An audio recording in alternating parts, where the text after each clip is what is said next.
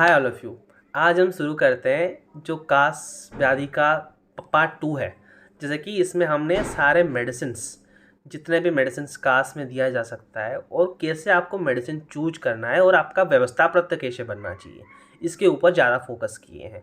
ठीक है, तो हम जाएंगे पहले रस औषधियों के ऊपर। ओके, जैसे कि आपके केस में अभी देखो, वातज कास है पेशेंट का। मान लो कोई एक पेशेंट आपके पास ड्राई कफ लेके आया है।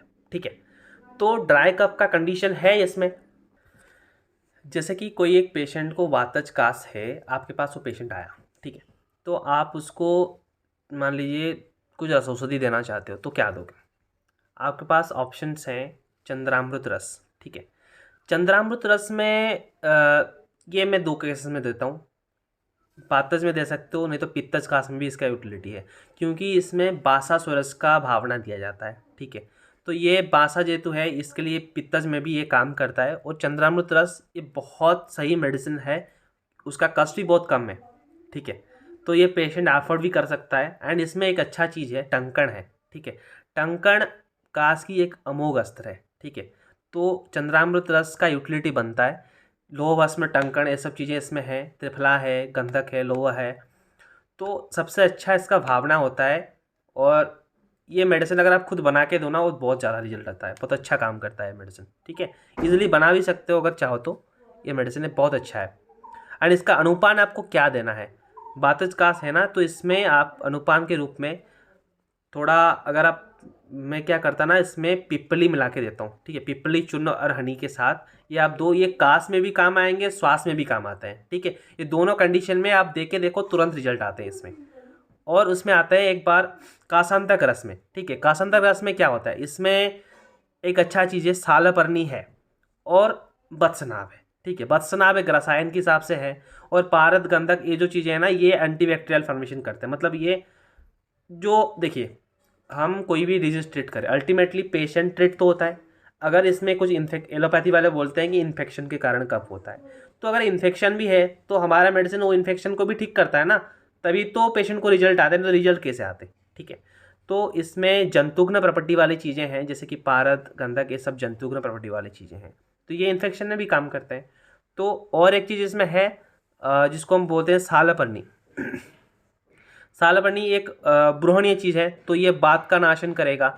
और वत्सना भी है, ये उष्णकण प्रधान एक चीज़ है, और गुरु भी है। तो ये क्या करता है ना, बात का भी शमन करेगा और उसके साथ साथ रसायन प्रॉपर्टी भी प्रोवाइड करता है। तो ये आप चूज भी कर सकते हो। फिर आते हैं पंचामृत रस में।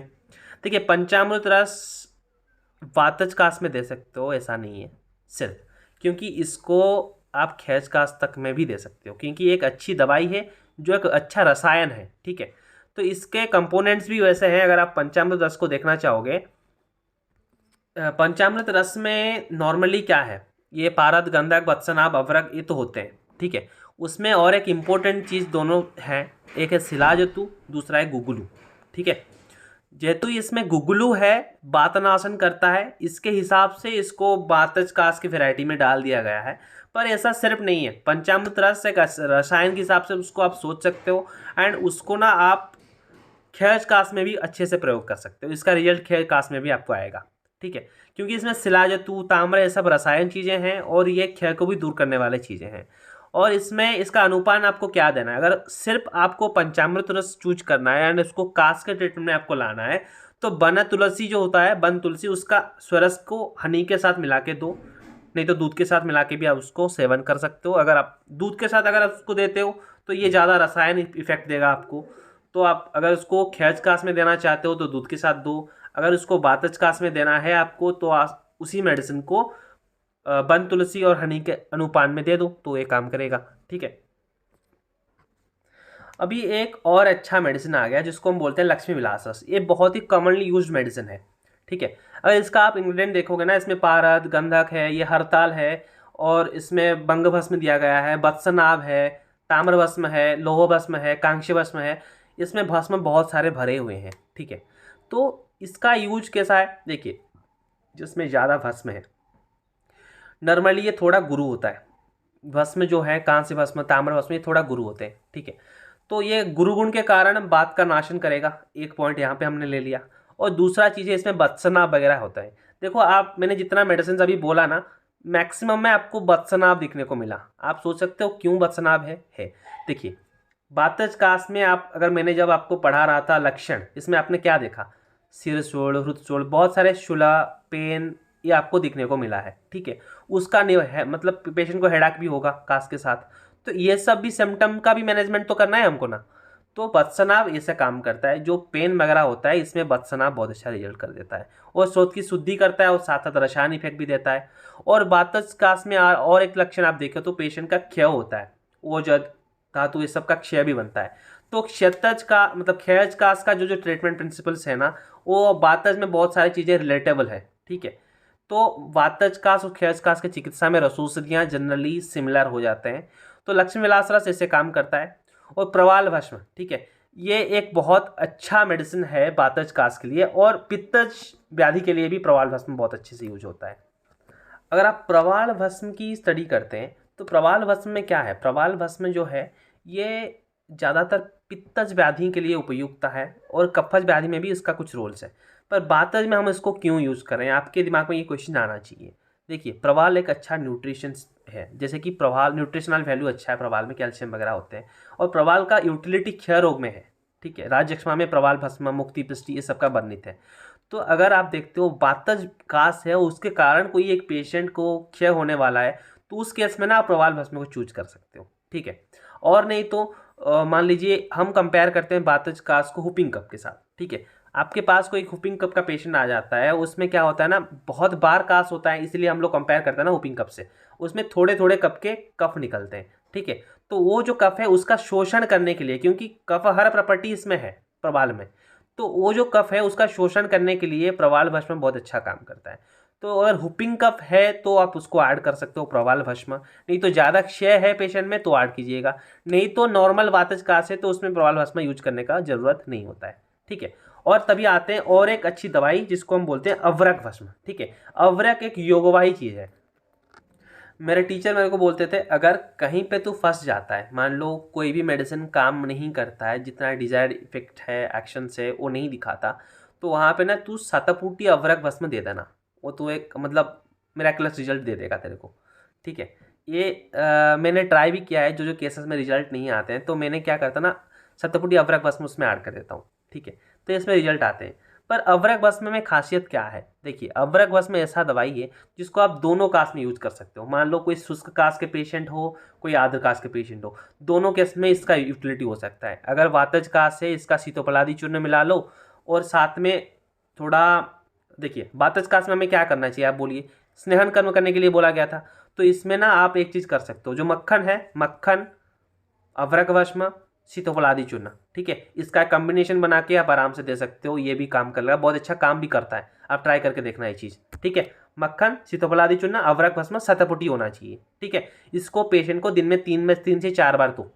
ठीक है, अवरक भस्म का डोज 125 mg रखना, और सीतोफलादी 3 से 4 ग्राम, और मक्खन 2 से 3 ग्राम। ठीक है, इसको पेशेंट को दिन में 3 से 4 बार चटाओ, पेशेंट को रिजल्ट आएंगे। ठीक है, और लास्ट में ये होता है अमोघ अस्त्र, जिसको हम बोलते हैं लघु मालिनी वसंत। ठीक है, ये एक स्वर्ण योग है, इसमें पारद गंधक, स्वर्ण भस्म, अवरक भस्म, लोह भस्म, ये सब डाला हुआ है। ठीक है, पर स्वर्ण भस्म है तो ये भी एक योगवाही बन जाता है, और ये वातहर भी होता है, तो लघु मालिनी वसंत एक अच्छा ऑप्शन है। पर थोड़ा इसमें दिक्कत ये कि वो थोड़ा कॉस्टली हो जाता है, तो पेशेंट अगर अफोर्ड कर सकता है गोल्ड लेना तो आप स्वर्ण दे सकते हो, लघु मालिनी वसंत। और इसमें ये भी है, अगर क्षयज कास है तो भी यहाँ पे आप ऐड कर सकते हो स्वर्ण मालिनी वसंत। ठीक है, बत्तज कास और क्षयज कास दोनों के लिए लघु मालिनी वसंत इज द बेस्ट ड्रग। ठीक है, पर बेस्ट है पर कॉस्टली है, तो उसको पेशेंट का इकोनॉमिक पॉकेट फ्रेंडली आपको होना भी पड़ेगा, तो आपको उसको सोच के ट्रीटमेंट करना है। ठीक है, देखिए बटी में ना हम लोग दो मेडिसिन बहुत ज़्यादा यूज करते हैं, एक है लवंगादी बटी, दूसरा है मरीचादी बटी। हर एक फार्मेसी का, हर एक कॉलेज के ओपीडी में भी ये मेडिसिन मिलता है जनरली। ठीक है, तो इसमें यह है लवंगादी बटी जो है ना, इसमें कॉम्बिनेशन में लवंग है, मरीच और विभितक है, उसमें खदीर एक अच्छा ड्रग है। ठीक है, तो खदीर का यूज यहाँ पे है लवंगादी बटी में। और मरीचादी बटी में क्या है, मरीच, पिपली, मिश्री, शुंठी, ये सब चीज़ें, और भी चीज़ें हैं इसमें। ठीक है, और इसमें यवख्यार करके एक अच्छा ड्रग। ठीक है, इसमें यवख्यार एक अच्छा ड्रग, मरीचादी बटी के लिए ना सबसे इम्पोर्टेंट बात यह है, मरीचादी बटी में यवख्यार है। ठीक है, यवख्यार कफ के ऊपर बहुत अच्छा रिजल्ट करता है। तो नॉर्मल इसको अगर देना है हमें, लवंगादी बटी हो या फिर मरीचादी बटी हो, ठीक है, इसका मात्रा तो लिखा है 250 mg से 500 mg तक है, पर इसको देना कैसे आपको समझना चाहिए। इसको 5 से 6 गोली आप लो दिन में, उसको पेशेंट को बोलो चूस के खाएं, ठीक है। एक गोली सुबह ले ले, थोड़ा टाइम बाद और एक गोली, ऐसे ऐसे करके पेशेंट को दिन भर लेना चाहिए। और ये तीनों जो मरीचादी गुटी है, लवंगादी गुटी है, ये दोनों सारे कफ में उपयोगी हैं, मतलब वातज, कासो, पित्तज हो, कफज हो, हर एक जगह ये काम में आएंगे। अगर पेशेंट को फीवर है, मरीचादी बटी को आप उष्म जल के साथ दे सकते हो, उसमें भी रिजल्ट देता है। और एक अच्छा चीज़ मैं यहाँ पे मेंशन करना चाहूँगा, सूखा पुण्य गलाशयता इज द पूर्व रूप ऑफ काशा, ठीक है। मैंने तभी बोला था अगर पेशेंट को उसी कंडीशन में ठीक कर लो तो पेशेंट कफ कंडीशन मतलब काश व्याधि में नहीं जाता है, ठीक है। तो उसमें आप क्या कैसे उसको ट्रीट करोगे, यही मरीचादी बटी उसको बोलो कि भाई तू उसको मतलब रेगुलरली ले। 1-2 दिन में अगर मरीचादी बटी वो लेने रहेगा ना तो ये कफ में नहीं जाएगा, वहाँ से पेशेंट क्योर हो सकता है, ठीक है।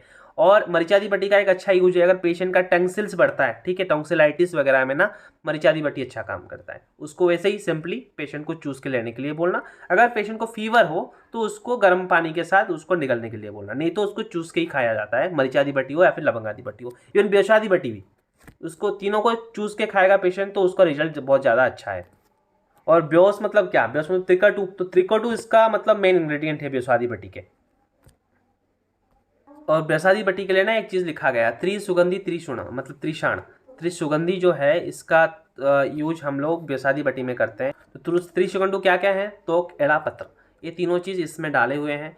और ये एक मतलब अगर खांसी सर्दी जुकाम ये सब की ना एक प्रसिद्ध मेडिसिन ये है। और इसका डोज क्या है, दिन भर में आप उसको 6 से 7 गोली ले सकते हो, ठीक है। वही 250 mg के 6 से 7 गोली वैसे ही चूस के आपको लेना है ब्योसादी बटी को, ओके। तो इसमें रिजल्ट आते हैं। और मैंने जैसे बताया, अगर पेशेंट को कफ का प्रिलिमिनरी स्टेज है, टॉन्सिलाइटिस है या फिर पूर्व रूप ऑफ कफ व्याधि है, उसमें भी ये काम में आएगा। और इसमें अलग एक चीज़ है ब्योसादी बटी में, जैसे कि शुष्क काश, स्वरभंग, अरुचि, ये सब लक्षण, सिर दर्द, ये सब किसके लक्षण है, वातज काश के लक्षण है। ये सारे लक्षण को मैनेज करने के लिए भी ये दवाई बहुत उपयुक्त है। तो जो सिम्टम्स ऑफ वातज काश है उसको भी मैनेज करेगा, डिजीज पे भी काम करेगा। तो ये भी अच्छा एक मेडिसिन हमारे लिए हो गया। और भागत्तर गुटिका, इलादी बटी, बासादी बटी भी हम यहाँ पे यूज कर सकते हैं, ठीक है। तो जो भागत्तर गुटिका है इसका भी एक अच्छा चीज़ है, जैसे कि भागवतर गुटिका का जो भावना है हम लोग देते हैं उसको बबुल के क्वाथ के साथ, ठीक है, उसका भावना देके इसका गोलियां बनाते हैं। तो भागवतर गुटिका मैंने एक चीज़ देखा है, ये एक ऐसी मेडिसिन है जो वातज और पित्तज काश, ठीक है, ये दोनों पे काम करता है। वातज काश हो या फिर पित्तज काश हो, मान लीजिए कोई पेशेंट को कफ है और साथ साथ उसका फीवरेस भी लग रहा है, तो वहाँ पे भागवतर गुटिका का यूज बहुत ज़्यादा बन जाता है, ठीक है। और भागवतर गुटिका अगर आपको देना है तो उसका अनुपान भी इंपॉर्टेंट है, ठीक है। अगर आपको लगता है ये वातज काश में आप देने वाले हो तो गोजीवा का क्वाथ यूज कर सकते हो आप, ओमोसैबैक्टेटम गोजीवा, ठीक है। अगर उसको पित्तज काश में यूज करना चाहते हो तो द्राक्षा का शरबत या फिर द्राक्षा के साथ आप यूज कर सकते हो, ठीक है। तो भागवतर गुटिका का यूज जस्टिफाइडली होना चाहिए, अगर वातज काश है तो गोजीवा और पित्तज काश है तो द्राक्षा। तो ऐसे अनुपान दोगे तो इसका काम जरूर आएगा भागवतर गुटिका, ठीक है। और इलादी बटी जो है, और आप इलादी बटी देख सकते हैं, इलादी बटी में एक चीज़ है, इसमें द्राक्षा हो, इसमें खजूर, द्राक्षा नहीं, इसमें खजूर का चूर्ण डाला जाता है। एंड इसमें एक चीज़ है ना, ये क्षय के लिए बहुत अच्छा है, ठीक है। तो क्षय काश है किसी को तो आप यहाँ पे दे सकते हो इलादी बटी। और इसमें वातज काश में भी इसका यूटिलिटी है। और पेशेंट को अगर डिस्निया है या फिर थोड़ा वीकनेस फील हो रहा है वातज काश के लिए तो इलादी बटी यहाँ पे आप चूज कर सकते हो, ठीक है। जैसे कि मैंने बोला वात पित्त के कंडीशन है तो आप भागवतर गुटी का चूज करोगे। अगर पेशेंट को वीकनेस ज़्यादा है तो, क्योंकि ये जो हमारा एक व्याधि है ना, क्षेत्रकीर्ण चिकित्सा चरक बोले हैं, उसमें इलादी बटी का वर्णन है, तो ये क्षेत्रकीर्ण कंडीशन में उपयुक्त होगा और वातज काश में भी इसका रिजल्ट है, ठीक है। तो ऐसे मेडिसिन बटी के हिसाब से हम लोग दे सकते हैं। फिर देखते हैं और कुछ मेडिसिन, जैसे कि चूर्ण, श्रृंग्यादि चूर्ण, सट्यादि चूर्ण, सीतोपलादि, तालिशादि, मरीचाद्य चूर्ण, समशर्करा चूर्ण, ठीक है। सीतोपलादि चूर्ण बहुत ही फेमस ड्रग है इसमें वातज काश के लिए, ठीक है। अगर प्रोडक्टिव आपको मतलब ड्राई कफ है तो सीतोपलादि। देखिए ये तालिशादि चूर्ण यहाँ पे लिखा है, पर मेरा प्रैक्टिकल एक्सपीरियंस ये है, अगर आपको किसी को शुष्क काश की ट्रीटमेंट करनी है ना, आप सीतोपलादि चूज करो। अगर आपको मतलब वेट कफ, प्रोडक्टिव कफ का ट्रीटमेंट करना है ना, तो तालिशादि चूज करना चाहिए, ठीक है। इसमें आपको रिजल्ट अच्छे मिलेंगे। और हाँ, अगर आपको तालीशादी चूर्ण का रिजल्ट देखना है तो इसमें क्या क्या, तालीशा मरीच शुंठी पीपली बंसलोचना, ठीक है। तो इसका इंग्रेडिएंट ये है।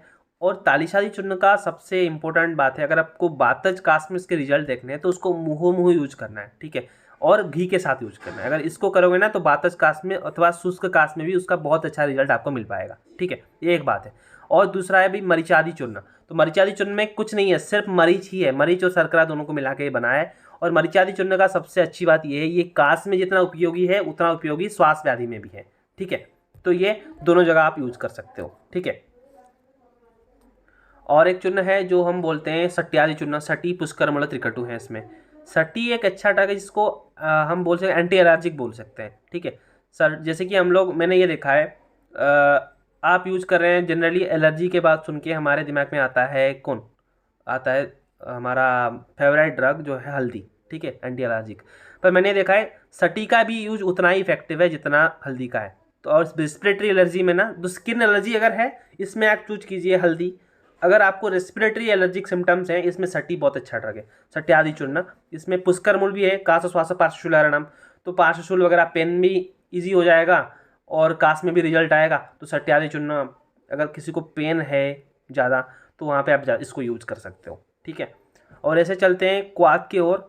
जैसे कि इसमें है पंचमूली क्वाथ, कंठकारी क्वाथ, गोजीवादी क्वाथ, कनकाशब, दशमूलक क्वाथ, ये सब आप दे सकते हो। देखिए इसमें क्वाथ अगर आपको देना है ना तो इसका मात्रा डिसाइड कर लो, 20 से 40 ml मिनिमम मात्रा होना चाहिए। एंड उसको अगर आपको कोई क्वाथ देना है तो खाली पेट देना है, अगर आशा वरिष्ठ देना है तो खाने के बाद देना है। ये भी ध्यान में रखना है आपको, क्योंकि आशा वरिष्ठ थोड़े तीक्ष्ण होते हैं और खाली पेट इसको यूज नहीं किया जा सकता। तो खाने के बाद आशा वरिष्ठ, खाने के पहले क्वाथ, ठीक है।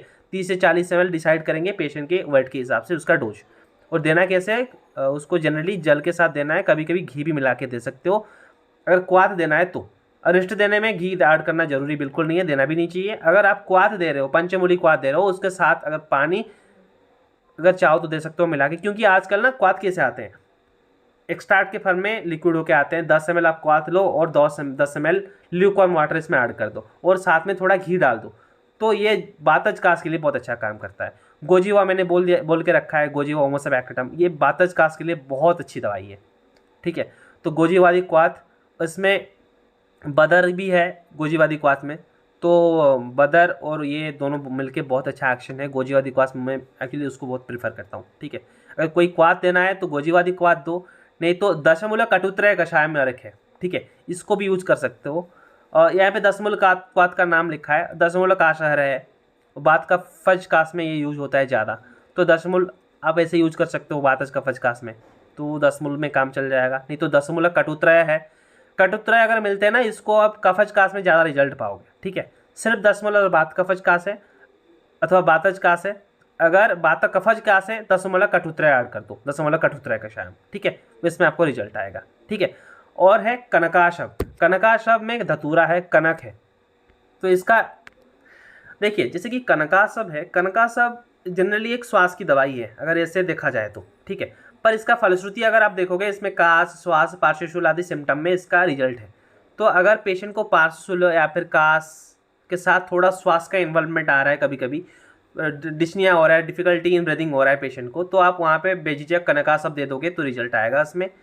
और कनकाशब एक ऐसा चीज़ है जो तुरंत रिजल्ट देता है, ठीक है। आप अभी लोगे एंड इमीडिएटली आपको रिजल्ट मिलेगा, ठीक है। तो कनकाशब आप अगर श्वास का थोड़ा इन्वॉल्वमेंट आ गया नकाश के अंदर तो उसको आप जरूर ऐड कर दीजिएगा, ठीक है। और उसके बाद सबसे वाइटल पार्ट इन ट्रीटिंग वातज काशा वो आता है घृत। जैसे कि पहले चरक जी भी बोल के रखे हैं कि हमें स्नेहन करना चाहिए वातज काश में, क्योंकि वातज का प्रथम उपक्रम स्नेहन है, तो भाई हमें वैसा ही करना है। कंटकारी घृत, पिपल्यादिघृत, त्रिष्णादिघृत, राशनाघृत, ठीक है। इसमें मैंने बहुत ज़्यादा यूज किया है कंटकारी घृत को, एंड ये बहुत कॉस्ट इफेक्टिव भी बनता है क्योंकि कंटकारी हर एक जगह अवेलेबल है, तो आप उसका खुद से बना सकते हो। एंड बस इसमें ध्यान ये रखना है जो आप घृत बनाते हो, क्योंकि ये देखियो आज एक काजी के साथ फिजिशियन ना, आप मैक्सिमम ट्राई करो कुछ चीज़ हाथ मतलब अपने हैंडमेड प्रिपरेशन रखने के लिए।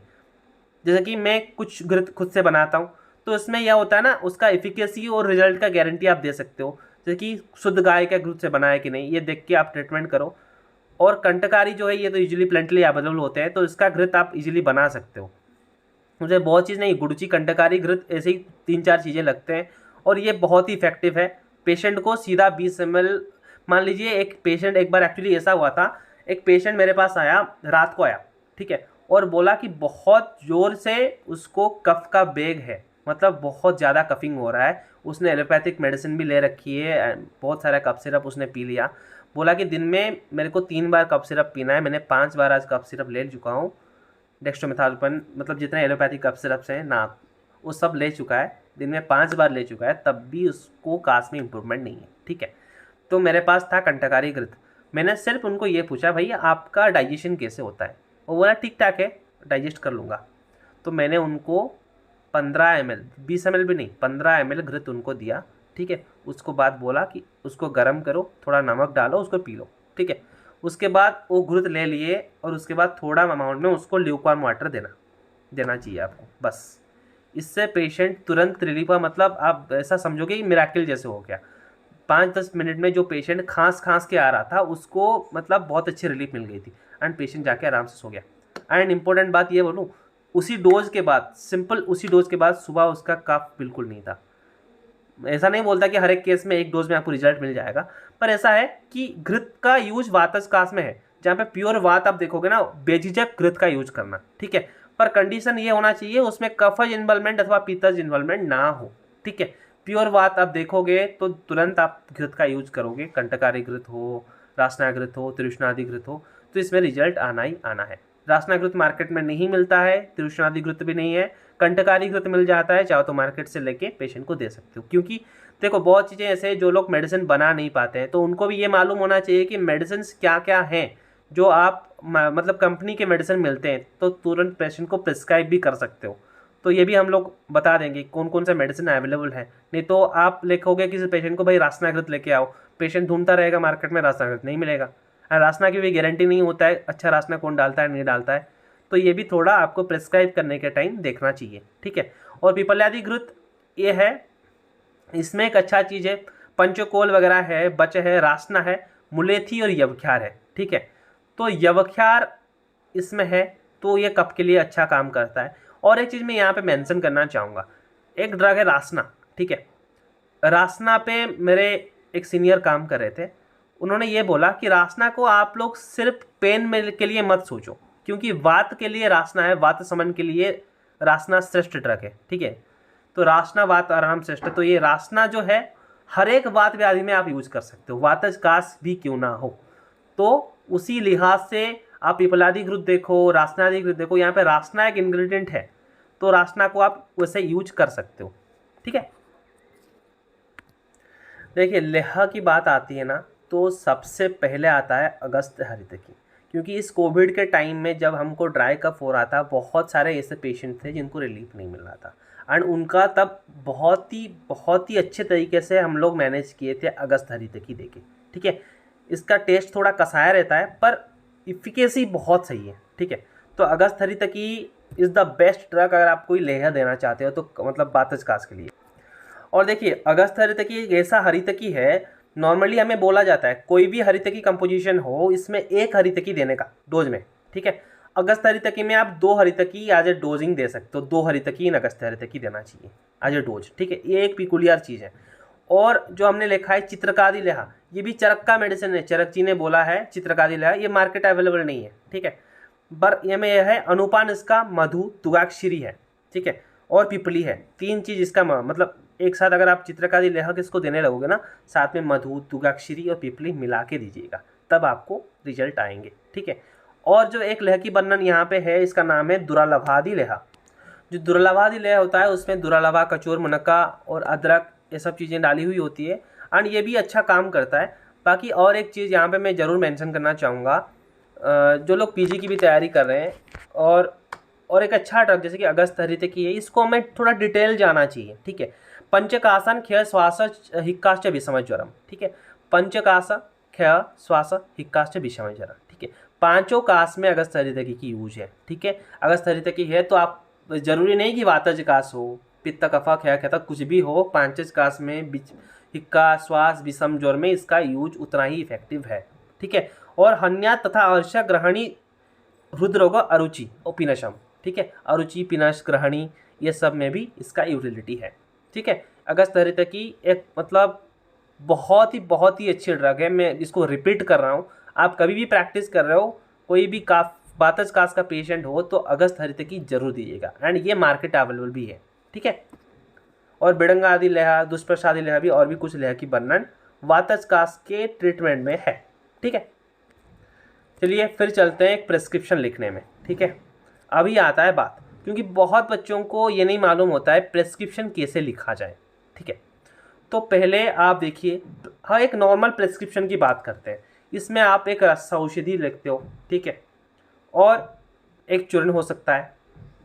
कुछ लोग थोड़ा घी मतलब स्नेह पदार्थ ऐड कर सकते हो। ऐसा नहीं है कि कोई एक पेशेंट को 5-6 रस औषधि एक साथ दे दो, ऐसा नहीं हो सकता। आपको रस औषधि देना है तो ज़्यादा से ज़्यादा 1 या 2। अगर कूपी पक्को रेशान दे रहे हो, रस औषधि दे रहे हो तो 2 ठीक है, नहीं तो रस औषधि सिर्फ दे रहे हो तो 1 है। और एक चीज़ है, अगर आपको कोई घृत वगैरह देना है तो उसको कैसे डोजिंग में देना है ये ध्यान में रखने का। खाली पेट घृत देने का होता है सब हर एक टाइम, और उसका डोज पेशेंट के अग्नि के हिसाब से आपको डिसाइड करना पड़ेगा। रसौषधियाँ हैं उसको खाली पेट दो, उसके अनुपान मधु वगैरह के साथ दो। अगर कोई आपको चूर्ण देना है तो खाने के बाद उसको दे सकते हैं, ल्यूकवार्म वाटर के साथ अथवा उसके अनुपान के साथ दो। और अगर आपको कोई क्वाथ देना है उसको खाली पेट देना है। अगर आपको मान लीजिए कोई आसवारिष्ट देना है उसको खाने के बाद, लंच एंड डिनर के बाद देना है। तो ये चीज़ें आपको मतलब बेसिक कंसेप्ट जो है एक प्रेस्क्रिप्शन फॉर्मुलेशन की, ये आपको आना चाहिए, ठीक है। एंड हम लोग ज़्यादा से ज़्यादा ये ट्राई करना चाहिए कि मेडिसिन कम हो, कॉस्ट इफेक्टिव हो और पेशेंट के केस में इफेक्टिव हो, ठीक है। यही 3 हमारा मेन टारगेट होना चाहिए, क्योंकि पेशेंट को टेस्ट का भी थोड़ा ख्याल रखना पड़ता है कभी कभी प्रैक्टिकली अगर आप ट्रीटमेंट में जाते हो। तो ये सब चीज़ देख के आप एक प्रिस्क्रिप्शन बनाओ, ठीक है। एक बेसिक फंडामेंटल्स मैंने बताया। अभी बातज कास है तो इसमें आप क्या दोगे, ठीक है। एक मान लीजिए इसमें आपको देना है यवख्यार दे दो। मैंने एक बेसिक प्रिस्क्रिप्शन ऐड की है इसमें। आप चाहो तो मेरे हिसाब से चंद्रामृत रस सबसे सस्ता सही, और सुंगरावर रस। देखियो, सुंगरावर रस जो है ये पित्तज कास में भी इफेक्टिव है एंड बातज में भी है। एंड इसका अच्छा पॉइंट क्या है, इसमें शतपुटी सहस्त्रपुटी अवरक भस्म डाला हुआ होता है, वो एक योगवाही है। एंड इसका कस्ट भी उतना ज़्यादा नहीं आता, 80-90 रुपये में आता ही है, ठीक है। और यवख्यार है, सीतपलादि चूर्ण भी है। इसको तीनों को मिला दो साथ के साथ, 2-2 मतलब टाइम दिन में 2 बार दो, ठीक है। इसको खाने से पहले देना है, ठीक है। उसको भोजन के बाद क्या देना है आपको, भोजनोत्तर कंटकारी घृत। देखिए, आप ये चीज़ चूज कर सकते हो।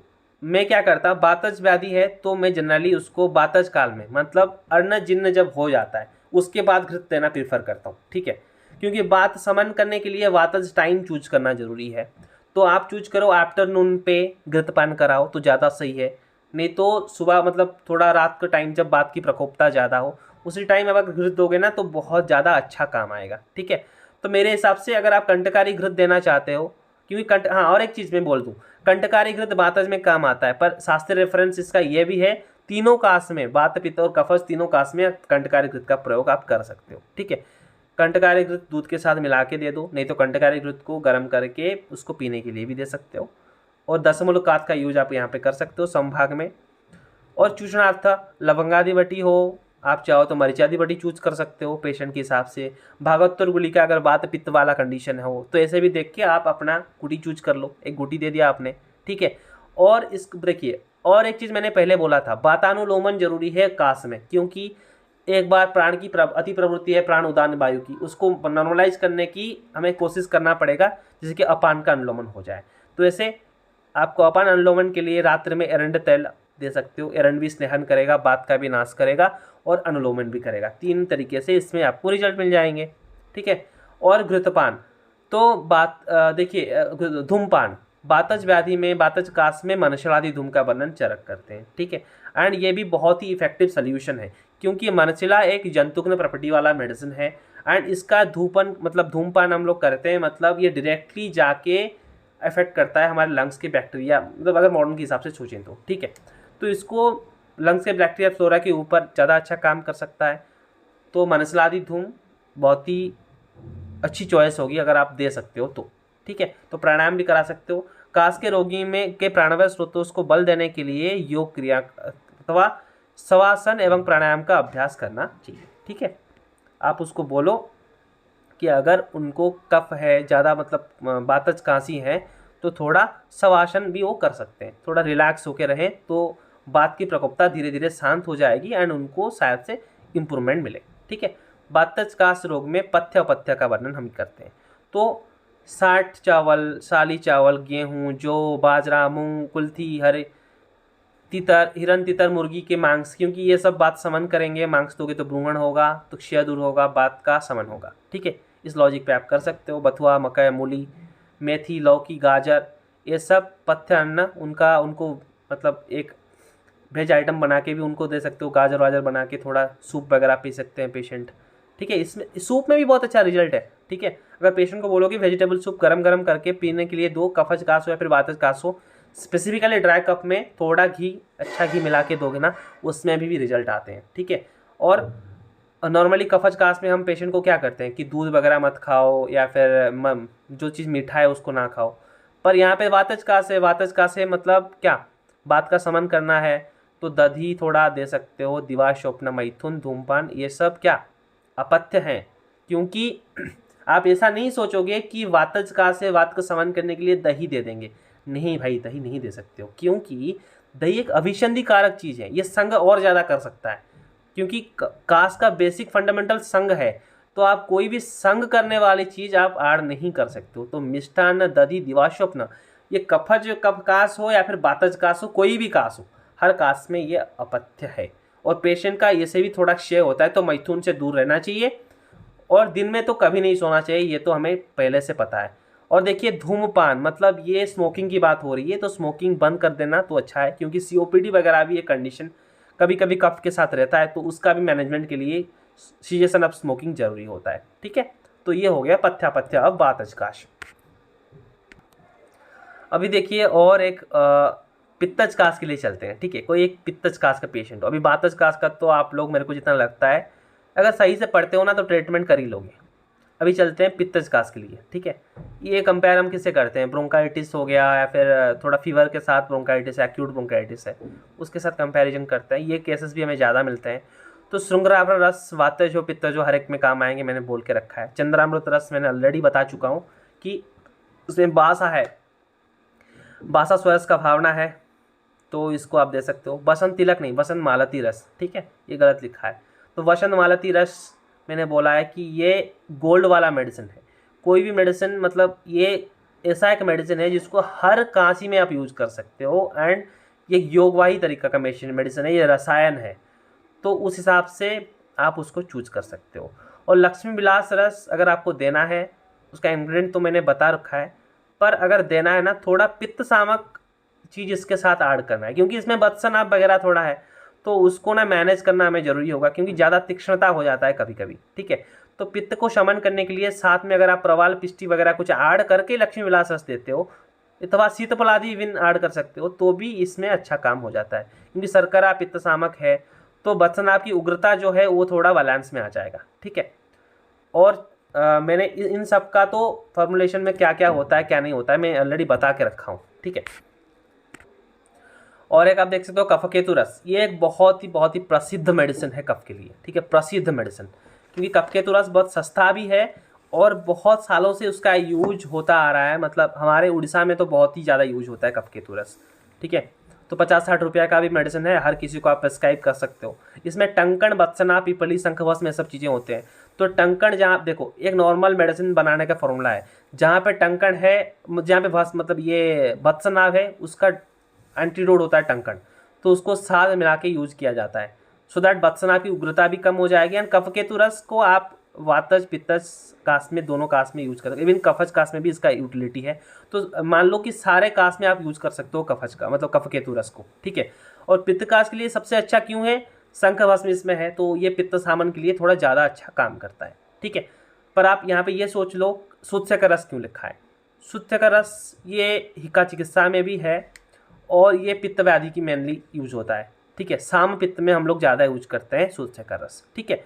यहाँ पे अगर हमें सिर्फ दोष को टारगेट करना है, व्याधि को नहीं टारगेट करना है, तो यहाँ पे शुद्ध से रस आप ऐड कर दो। देखो इसलिए तो होता है कम्बिनेशंस का। मान लो मैंने लक्ष्मी विलास रस चूज किया और साथ में शुद्ध से रस दे दूँ, तो ये कास को सही से ठीक करेगा। क्यों, देखो अगर वत्सनाभ है उसमें तो उसमें उग्रता है, उसी उग्रता को कंट्रोल करने के लिए हमने सूतशेखर ऐड कर दिया, तो दोनों कंट्राडिक्ट, मतलब उग्रता वत्सनाभ का न्यूट्रलाइज हो गया। और पित्तज कास में हमें क्या चाहिए, एक कासहर औषधि चाहिए जो लक्ष्मी विलास रस ऑलरेडी है, और या ये भी चाहिए पित्त थोड़ा बैलेंस में आ जाए, क्योंकि बहुत पेशेंट ऐसे होते हैं मतलब खांसते खांसते ना वो लाल पड़ जाते हैं, पूरा पित्त प्रकोप इतना हो जाता है बहुत ज़्यादा, बच्चों में भी ये ज़्यादा दिखाई देता है।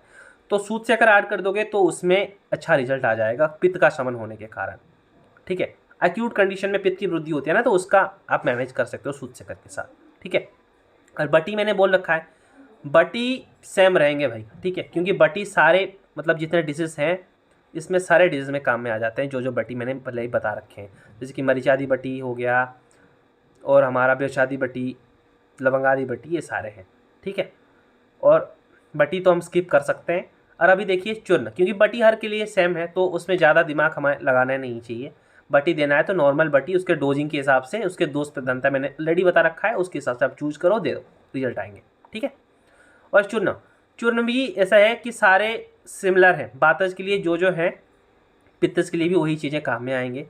एंड स्पेशली आप चूज करना चाहोगे तो मेरे हिसाब से जिसमें शर्करा ज़्यादा हो, जैसे कि सीताफलादी हो या फिर हमारा ये तालेशादी हो, दोनों में शर्करा अच्छा अमाउंट में है, आप उसको चूज करो, सो दैट पित्त भी समन होगा एंड आपको रिजल्ट भी मिलेंगे, मतलब कफ में भी रिजल्ट मिलेंगे। ठीक है, और आशावारिष्ट, ठीक है, यहाँ पे थोड़ा हमें बोलना चाहिए कि देखिए 3 अरिष्ट का आशावारिष्ट का वर्णन है। अरिष्ट का हमें कब देना चाहिए, खाने के बाद, ये याद रखना चाहिए। और वासारिष्ट कनकाशव, कनकाशव वात कफ दोनों के लिए काम है, वात और पित्त दोनों के लिए काम है। जैसे कि महाभक्त गुटिका हमने जैसे बोला, वो भी काम करता है वात और पित्त के लिए, वैसे कनकाशव भी वात पित्त दोनों के लिए काम करता है, तो कनकाशव यहाँ पे ऐड कर सकते हो। वासा, वासा तो पित्त हर के लिए अच्छा है, तो वासारिष्ट आप यूज कर सकते हो। और गोजीवादी क्वात, ये वात के लिए भी काम करता है और पित्त के लिए भी काम करता है। कनकाशव हुआ, गोजीवादी हुआ, ये वातक पित्तहर है, तो दोनों को आप इनमें से कोई एक क्वाथ अगर देना चाहो तो दे सकते हो। ठीक है, घृत, वातिक काष्ठ के बने जो जो घृत हैं सफलतापूर्वक पित्त में भी यूज होंगे। क्यों, जो घृत है तो ऑलरेडी पित्त सामक प्रॉपर्टी का भी है, तो वैसे वातज काष्ठ में जो जो है, आप स्पेसिफिकली अगर कप में कोई घृत देना चाहो, मेरे हिसाब से आंख बंद करके कंटकारी घृत चूज कर लो, काम बन जाएगा।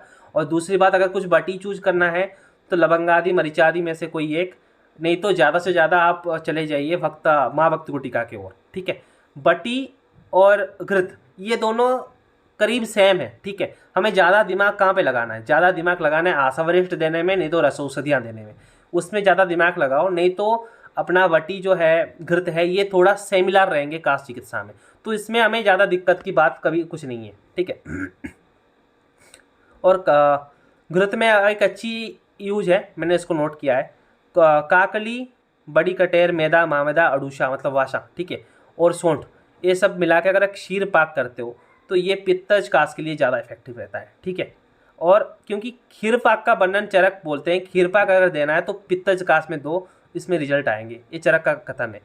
तो सरादी खीर पाक ये अच्छा काम करता है। और हमारा सबसे फेवरेट मेडिसिन एक है व्याघ्र की, हर एक डिस्पेंसरी में अवेलेबल है। ठीक है, व्याघ्री हरितकी, इसका डोज क्या है मैंने पहले बोल दिया है, जितना हरितकी कंपोजिशन है सबका डोज एक ही हरितकी देना होता है। ठीक है, और लेहा और कुछ लेहा मिला के देना है और एक हरितकी देना है व्याघ्री हरितकी में। ठीक है, और तोगादि लेहा, द्राक्षा, आम्लक आदि लेहा। देखो द्राक्षा है और आम्लकी है, दोनों क्या है, दोनों कास के तो मेडिसिन हैं, पर सबसे अच्छा ये है, ये दोनों पित्त हरण के लिए भी अच्छे हैं। खरजूर भी पित्त हरण के लिए अच्छा है, तो खरजूर आदि लेहा आप चूज कर सकते हो। पेशेंट के पित्त प्रकोप देख लिए तो एक लेह देना आप चाहते हो तो क्या दोगे, खरजूरादी लेह दे दो। पर मार्केट अवेलेबल खरजूरादी लेह कुछ कंपनी में भी है तो ये चूज कर सकते हो, नहीं तो व्याघ्र हरितकी इजीली अवेलेबल, कॉस्ट इफेक्टिव दोनों है। ठीक है, आप उसको चूज कर सकते हो। अभी चलते हैं इसके व्यवस्था पत्र की ओर। देखियो, प्रवाल पिष्टी बोल दिया मैंने, पित्तज के लिए अच्छा है तो ये तो यूज ही करना है आपको। ठीक है, सम शर्करा लोहा एक तो है, शर्करा है तो ये आप दे सकते हो, नहीं तो हमारा चंद्रामृत रस इनफ है। प्रवाल पिष्टी चंद्रामृत रस इसके लिए चूज कर लो, इवन आप चाहो तो श्रृंगार रस भी चूज कर सकते हो। ठीक है, सीताफलादी चूर्ण शर्करा है, इसको मिला के शहद के साथ दे दो। और वासारिष्ट हमने बोला है, अरिष्ट हमें चूज करना है कैसे, ये पित्तहर है वासारिष्ट तो सबसे अच्छा रहेगा। और लवंगादी बटी, कोई भी बटी आप चूज कर सकते हो, इसका डोज मैंने पहले से बता रखा है। और चूर्ण अगर देना है तो विरेचन के लिए थोड़ा आप सोच सकते हो, हरितक्यादि चूर्ण आप दे सकते हो चाहो तो, थोड़ा विरेचन अच्छा रहेगा। नहीं तो इवन अगर आप चाहो तो अभिपत्ति कर भी चलेगा। और एक चीज़ है जिससे हम यहाँ पे अगर कुछ देखिए पित्तज कास है, ठीक है। एक सेकेंड। पित्तज कास में ना एक चीज़ आप कर सकते हो, मरीचादी बटी आप ऐड करके, मतलब ये जो घिरंग कटपड़ा चुनंगचे कैसा करके है, तो कटफल का जो त्वक है उसका भी आप नश्य करा सकते हो पित्तज कास में, ठीक है। इससे रिजल्ट आते हैं। इसका रेफरेंसेस बहुत जगह है पित्त के लिए कटफल, और कहीं कहीं पे कफज व्याधि में भी कटफल का वर्णन है, कटफल त्वक का। तो कास अगर है तो पित्तज कास में ही यूज उसका नश्य के रूप में होगा, ठीक है। इसको याद रखिएगा।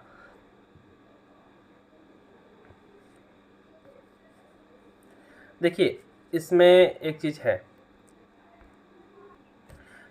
थोड़ा मैंने एक्चुअली सॉरी बोलना चाहूँगा कि इसमें जो कटफल चूर्ण है ना, ये यूज होता है कफज कास में, ठीक है।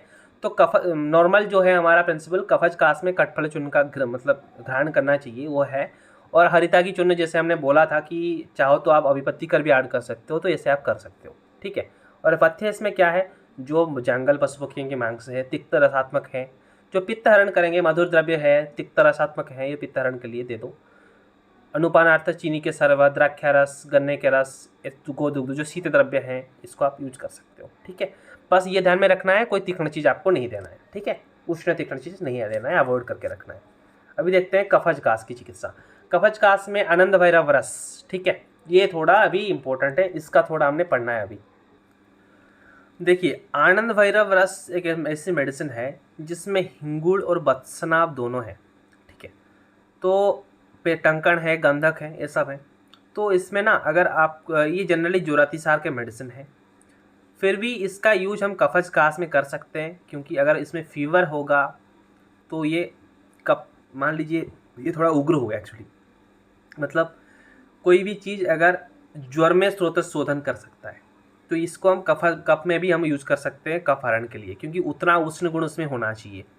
तो उस हिसाब से अगर आनंद भैरव रस आप चूज करना चाहो तो कर सकते हो। पर यहाँ पे एक चीज़ मैं मेंशन करना चाहूँगा, जितना कुपीपक्व रसायन है, रस सिंदूर will be the best drug of choice for कफजकाश। इसका मतलब कोई कंपेरेबल चीज़ नहीं है। मेरा नॉर्मल कोई कफज मतलब कास का पेशेंट आता है तो उस प्रिस्क्रिप्शन में ना रस सिंदूर होने का चांसेस 100% है, क्योंकि रस सिंदूर का डोज बहुत ही कम देना पड़ता है, लाइक 65 mg से लेकर 125 mg तक, बस उतना है उसका डोज। पर वो उतना इफेक्टिव है, ये इमीडिएटली भी काम करता है, इससे सब अच्छा ड्रग मिलेगा नहीं। तो रस सिंदूर सबसे बेस्ट ड्रग है कफज कास अगर है तो। और नहीं तो कफकुटार रस, इसमें क्या है, वही सिमिलर कॉम्बिनेशन है इसमें, पारद गंधक ताम्र लोहा, ये सब चीज़ें हैं। तो पारद गंधक ताम्र लोहा त्रिकटु, ये कफ को हरण करने के लिए है, कफकुठार रस। तो अगर आपको एक प्रेस्क्रिप्शन बनानी है ना, तो आप इन 3 चीज़ों को अच्छे से ऐड करके प्रेस्क्रिप्शन बना सकते हो। इसमें है श्रृंग भस्म, नहीं तो टंकण भस्म, ठीक है। इनमें से एक चूज कीजिए लीजिएगा। अगर पेशेंट को थोड़ा श्वास की टेंडेंसी है, पार्श्वशूल वगैरह कुछ है, तो श्रृंग भस्म दे दो। अगर पार्श्वशूल वगैरह वैसा कुछ पेन वगैरह उतना नहीं है, सिर्फ कफ निकालना है, एक्सपेक्टोरेंट जैसे काम करते हैं, म्यूकोलाइटिक काम करते हैं, वैसे अगर कुछ आपको रिजल्ट चाहिए तो आपका कॉम्बिनेशन ये होना चाहिए, टंकण भस्म, कफकुठार, रस सिंदूर, दैट्स इट। मतलब बहुत अच्छा काम करता है ये। इवन अगर आप इसको देते हो ना, तो और कुछ वटी वटी भी देने की उतना ज़रूरत नहीं पड़ता है। 3 medicine will be the enough. कफज अगर कफज कास है, ये तीनों मेडिसिन दे दो, इसमें काम बन जाते हैं, ठीक है। और क्या है, श्रृंग भस्म है, सुवरा भस्म है, ठीक है। और अवरक भस्म, देखो अवरक तो योगवाही है, इसका यूज मैंने बोल रखा है। नागवल्लभ रस है, ठीक है। नागवल्लभ रस में एक अच्छा चीज़ है, इसमें मनसिला है, ठीक है। अगर आप देखते हो कि नागवल्लभ रस मिलता नहीं है, अगर चाहो तो बना सकते हो, मार्केट अवेलेबिलिटी नहीं है, ठीक है। इसमें मनसिला है, और मनसिला में एक चीज़ है जंतुघ्न प्रॉपर्टी, ठीक है। अगर किसका कंपैरिजन हम किससे करते हैं, क्रोनिक ब्रोंकाइटिस से। अगर आपको लगता है कि इन्फेक्शन चालू है एंड पेशेंट अगर आपके पास आता है ना, वो बहुत सारे एंटीबायोटिक्स लेके आता है, ठीक है, तो ये नागवल्लभ रस में मनसिला है। उस लॉजिक से अगर आप देना चाहो तो इसको दे दो, उसका रिजल्ट आपको बहुत अच्छा मिलेगा, ठीक है। और अगर आपको वैसे कुछ कंडीशन पे रिजल्ट चाहिए और एक भी ऑप्शन है आपके पास, मल्ला सिंदूर। आप एक काम करो, अगर आपको लगता है कि बहुत क्रॉनिक इन्फेक्शन है, इन्फेक्शन सही नहीं हो रहा है, ठीक है, अगर मॉडर्न के हिसाब से बोलूँ, नहीं तो अगर आप ऐसा समझ सकते हो, अगर आयुर्वेद की पॉइंट ऑफ व्यू से बात करूँ, तो मान लो कोई एक ऐसा कास की व्याधि है जो बहुत जाप्य हो गया है ना, उसका कुछ भी ट्रीटमेंट करो रिजल्ट उतना अच्छा नहीं है, तो दो चीज़ तुम कर सकते हो। एक हो गया रसायन, दूसरा हो गया विषायन। ठीक है, रसायन तो बहुत सारे हैं, पर मैं प्रेफर करता हूँ यहाँ पे विषायन में जाने के लिए, जो विष हैं। तो विष के लिए कुछ अच्छे मेडिसिन हैं, जैसे कि कुपिपक्व रसायन, जैसे कि यहाँ पे हो गया रस सिंदूर और मल्ला सिंदूर। ठीक है, तो वैसे केस में रस सिंदूर मत दो, कॉम्बिनेशन शुड बी मल्ला सिंदूर, टंकण वश्म, कफकुठारस, इट विल बी एनफ। ठीक है, ये आपको ध्यान पे रखना है। बटी चूर्ण सेम रहेंगे, बोल दिया हमने। देखिए कठफड़ा, इसका त्वक यूज करते हैं कफज व्याधि में, नस्य भी कर सकते हो, क्वाथ बना के दे भी सकते हो।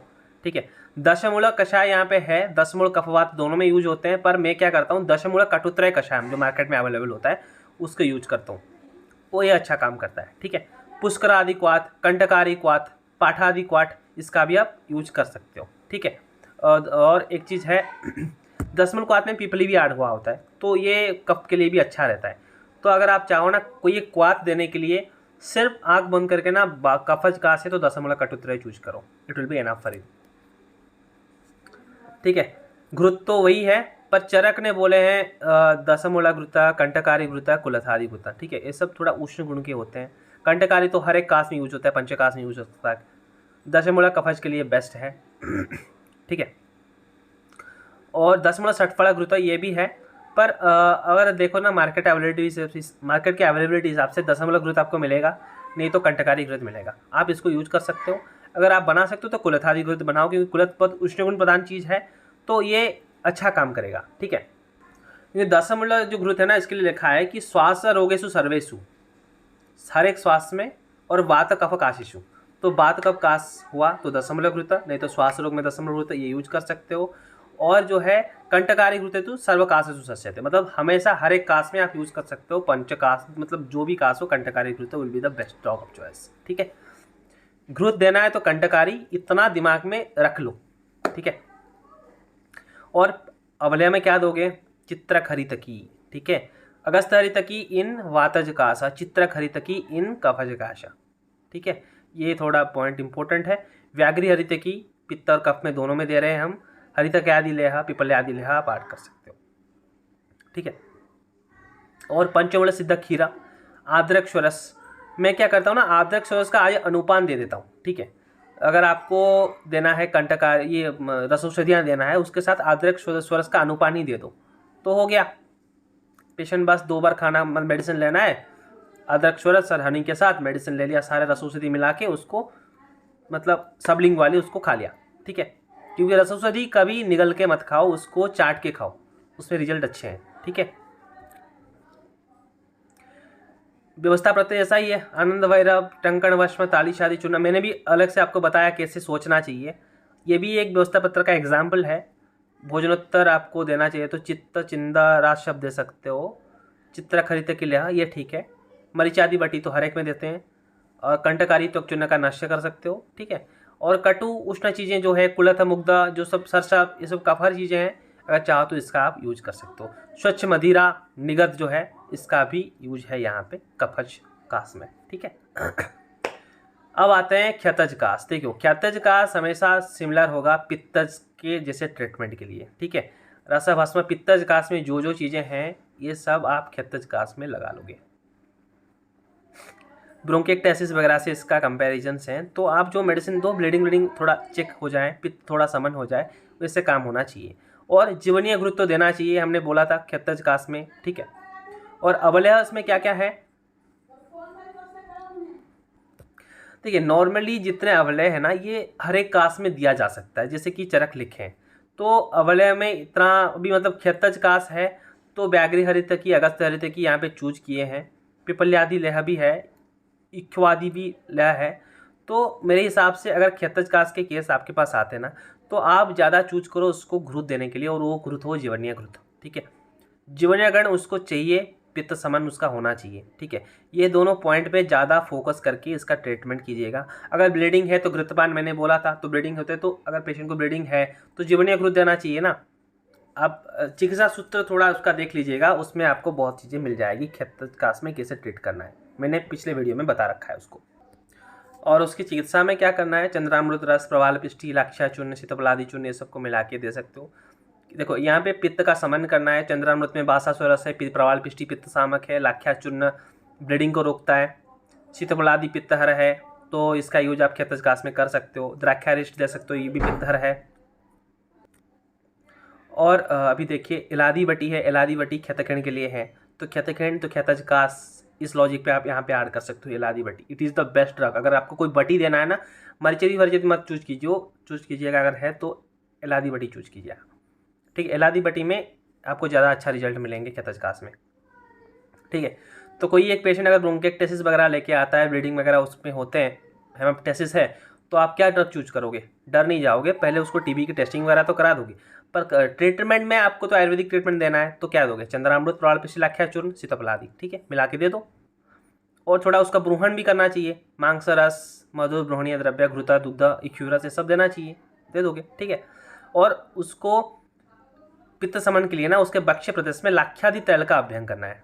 चंदन वाला लाक्षादि तैल में मिलता है, कोटाकल का मिलता है, उसका लाके चेस्ट में उसका अभ्यंग कीजिएगा। ठीक है, थोड़ा पित्त समन भी होगा, थोड़ा ब्रूहण भी होगा उसका, तो ये सही रहेगा। और पित्ता को, एक्स्ट्रा पित्त को निकालने के लिए समासर कर चूर्ण रात को दे दोगे, तो उसमें क्या होगा ना, कफ को थोड़ा कंट्रोल में करने के लिए थोड़ा मतलब वातानुलोमन विरेचन जैसा हो जाएगा, तो पेशेंट को अच्छे रिजल्ट आएंगे। ओके, नेक्स्ट चलते हैं खेचकास। ठीक है देखिए चरक जी भी बोले हैं, अगर पेशेंट का बल अच्छा है तो ट्रीट करो, वरना ना करो। ठीक है, अगर पेशेंट ट्रीटमेंट लेने चाहता है, क्योंकि मैंने ऐसा डिजीज़ देखा है जैसे कि खेचकास, पल्मोनरी टीबी के केसेस। ठीक है, इसमें एलोपैथिक ट्रीटमेंट है टीबी के बैक्टीरिया को मारने के लिए, पर पेशेंट को लंग्स को रिवाइव करने के लिए कोई चीज़ नहीं है, और पेशेंट इसके साथ साथ ना साइड इफ़ेक्ट भोगता है टीबी के मेडिसिन के। ठीक है, तो आप क्या कर सकते हो, बसंत मालिनी रस, चंद्रामृत रस, श्वासकाश चिंतामणि रस, ये भी एक मेडिसिन है, मुक्ता पिष्टी, प्रवाल पिष्टी, जो ब्रूहणीय चीज़ें हैं जो क्षय को दूर करते हैं, वो साथ ही साथ कफ में भी रिजल्ट करते हैं, तो ऐसा चूज करना चाहिए मेडिसिन।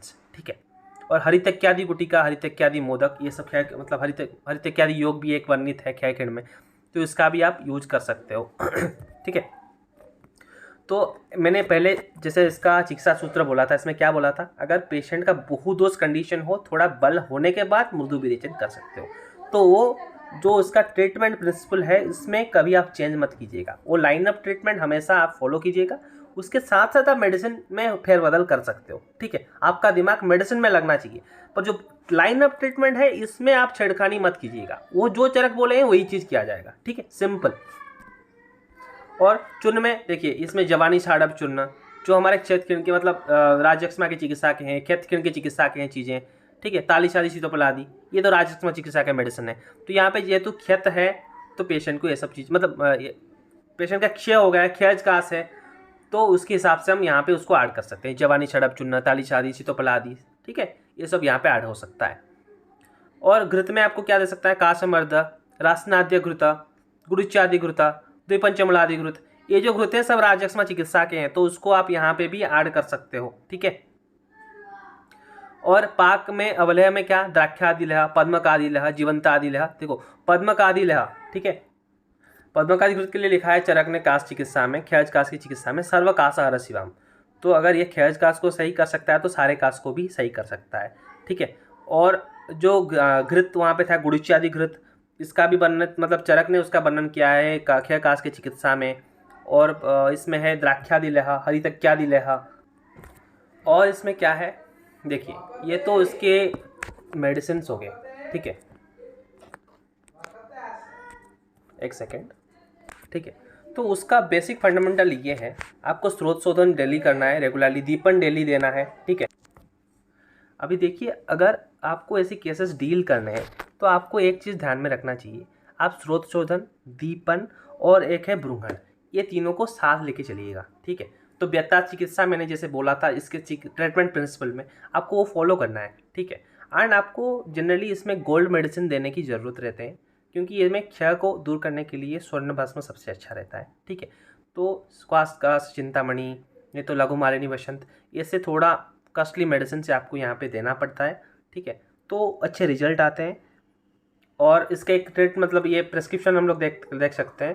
देखिए, लक्ष्मी विलास रस मैं तो चूज करूँगा कि महालक्ष्मी विलास देने के लिए, क्योंकि इसमें थोड़ा मतलब स्वर्ण भस्म जैसे हैं, प्रवाल पिष्टी क्षय को दूर करता है, श्रृंग भस्म सिम्टम्स का मैनेजमेंट के लिए है और उकास स्वास्थ्य के लिए अच्छा है।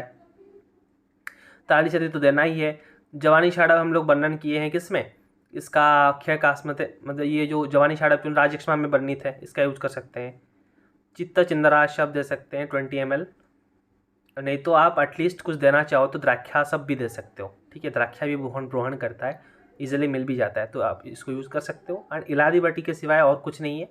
क्षतज कासो, क्षयज कासो, इलादी बटी मस्ट, और कोई भी कासो आप अपने हिसाब से बटी चूज कीजिएगा। ठीक है, क्षयज क्षतज के लिए बटी इलादी है, बस इसका याद आपको ये मतलब माइंड में होना चाहिए। ठीक है, आपका प्रेस्क्रिप्शन अगर क्षयज कास के लिए है तो इलादी बटी इसमें होना ही चाहिए। ठीक है, और इसके पथ्य क्या है, लघु अन्न, पुराणशाली, मुद्गजुषा, रुचिकर भोजन, अभ्यंग, उद्बटन, मांसरस और मधुल फल जैसे हैं, बकरी गाय का दूध, घृत, ये सब आपको यूज करना है, जैसे कि पेशेंट का ब्रूमण अच्छे से हो। ठीक है, और उसके साथ साथ जैसे कि दीपन पाचन के लिए बीच बीच में आपको चित्रकादी बटी मान लीजिए, नहीं तो उसको और आप दे सकते हो अग्नितुंडी बटी, अग्नितुंडी रस और अजमदादी चूर्णम, ऐसे चीज़ें आप उनको दोगे, जैसे कि पेन भी थोड़ा मैनेज होंगे और साथ ही साथ उनका दीपन पाचन भी सही से कंटिन्यूड रहेगा। ठीक है, और बीच बीच में पेशेंट का थोड़ा मृदु विरेचन, अगर आप चाहो एरंड तैल हो, ठीक है, थोड़ा मृदु विरेचन उनका कीजिएगा, तो वो जो मतलब पल्मोनरी टीबी के केसेस हैं उनमें अच्छा इंप्रूवमेंट आएंगे। एंड आप एक काम भी कर सकते हो, इसमें थोड़ा उनको धूमपान के लिए भी बोल सकते हो, जैसे कि मतलब पल्मोनरी टीबी के केसेस में नहीं, मतलब अगर कफज कास है वहाँ पे धूमपान का ज़्यादा रिजल्ट है, नहीं तो वातज कास में दे सकते हो। पर जनरली क्या होता है ना, टीबी के केस के साथ कभी कभी पेशेंट सीओपीडी भी लेके आता है। ठीक है, तो उसको आपको मॉडर्न डायग्नोसिस भी थोड़ा देखना चाहिए, जैसे कि कोई सीओपीडी की केस है तो आप वहाँ पे धूम्रपान बिल्कुल नहीं कराओगे, इवन आयुर्वेदिक धूम भी आप यूज़ नहीं करोगे। ठीक है, तो वो सब चीज़ आप दिमाग में रख के चलिए। और एट दी एंड मैं थोड़ा समराइज करना चाहूँगा। ठीक है, आपको इतना कास्ट का लेक्चर हमने दिया, तो इसमें कोई एक ऐसा होता है ना, कभी कभी पेशेंट आए तो आपको कैसे डील करना चाहिए। ठीक है, ये मैं बता देता हूँ। पहले आप देखो कौन सा कास्ट है। ठीक है, normal basic idea superficial views के लो, वातज पित्त कफा में से दो से आइडेंटिफिकेशन कर लो। ठीक है, फिर बटी के लिए आपके पास ऑप्शंस रेडी हैं, मान लो इलादी गुटी फर खया खेता, और रेस्ट सब में मरीचादी व्योशादी जो आपको देना चाहिए आप दे दो, लवंग आदि बहुत सारे ऑप्शंस बच गए हैं। ठीक है, बटी आपका क्लियर है। और आप देखो नॉर्मल रसौषधियाँ ऑलमोस्ट सिमिलर ही हैं। ठीक है, थोड़ा बहुत अंतर है जो आप केस के हिसाब से अपने एक्सपीरियंस के हिसाब से कर लोगे उसको। पर गोल्ड मेडिसिन ज़्यादा प्रीफर करो अगर कोई क्षयज कास है, नहीं तो क्षतज है। ठीक है, क्षय में पित्त मतलब क्षय में ब्रूहण ज़्यादा जरूरी है, क्षय में पित्त क्षतज में पित्त सामन ज़्यादा जरूरी है, तो उसके हिसाब से आपके प्रेस्क्रिप्शन बनना जरूरी है। और चूर्ण, और जो हमारे चूर्ण व तो ऑलमोस्ट सिमिलर हैं, सीतोफलादि तालिशादि हर एक जगह आप दे सकते हो। क्षय में जवानी शाड़प चूज करना। और अगर आपका ऐसा है कि पेशेंट थोड़ा वीक है, मान लो कोई भी कास हो, वातज कास हो, पेशेंट वीक है, तो क्षय कास की जो चिकित्सा है वहाँ पे करना है। अगर पित्तज काश हो अथवा क्षतज कास हो, उनकी ट्रीटमेंट थोड़ा सिमिलर रहता है, उसको भी ध्यान पे रखना है। अगर कोई भी घृत आप देना चाहो तो कंटकारी घृत इज़ द बेस्ट वन। ठीक है, और अभी थोड़ा मैं बोल देता हूँ पेटेंट मेडिसिन के ऊपर। ठीक है, जो कंपनी वाले मेडिसिन रहते हैं उसके पहले हम ये बोलना चाहेंगे, हम अभी कोई भी कंपनी को प्रमोट नहीं कर रहे हैं, बस मैं अपना एक्सपीरियंस बोलना चाहता हूँ, क्योंकि कंपनी के भी मेडिसिन कभी कभी हमारे पास उपलब्ध होते हैं तो देना पड़ता है। ठीक है, तो वैसे आप चाहो तो कुछ मेडिसिन जैसे हैं हिमालय के आते हैं, कफलेट सिरप, कफलेट EX, ये दोनों काम करते हैं अच्छे। ठीक है, EX एक्सपेक्टोरेंट है। एक ऑब्जर्व के लिए आपको फंडामेंटल्स उतना जरूरी नहीं है, क्योंकि ये तो एलोपैथ मतलब अल्कलॉइड्स पे बनता है, इसमें दोषिक प्रेडोमिनेंस उतना देखना नहीं होता है।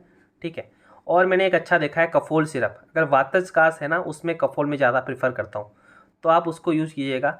अगर और कोई तरीके के मान लो कफज कास है या फिर ऐसा कुछ ब्रोंकाइटिस वाला है, मतलब पित्तज का इन्वॉल्वमेंट है, तो जुफेक्स वर्ट करके एक सिरप होता है, उसका रिजल्ट अच्छा है। ये हमारा आई मिल कंपनी का आता है, ठीक है। ये तीनों कफ सिरप आप अगर देखना चाहो तो कभी कभी ट्राई कर सकते हो, ठीक है। और एक अच्छा मेडिसिन है डिकॉक्सिन करके, ये आता है एलारसिन कंपनी का, और सस्ता होता है पर इसका रिजल्ट अच्छे हैं कफ में, ठीक है। तो डिकॉक्सिन भी आप कभी चाहो तो उसका यूज कर सकते हो।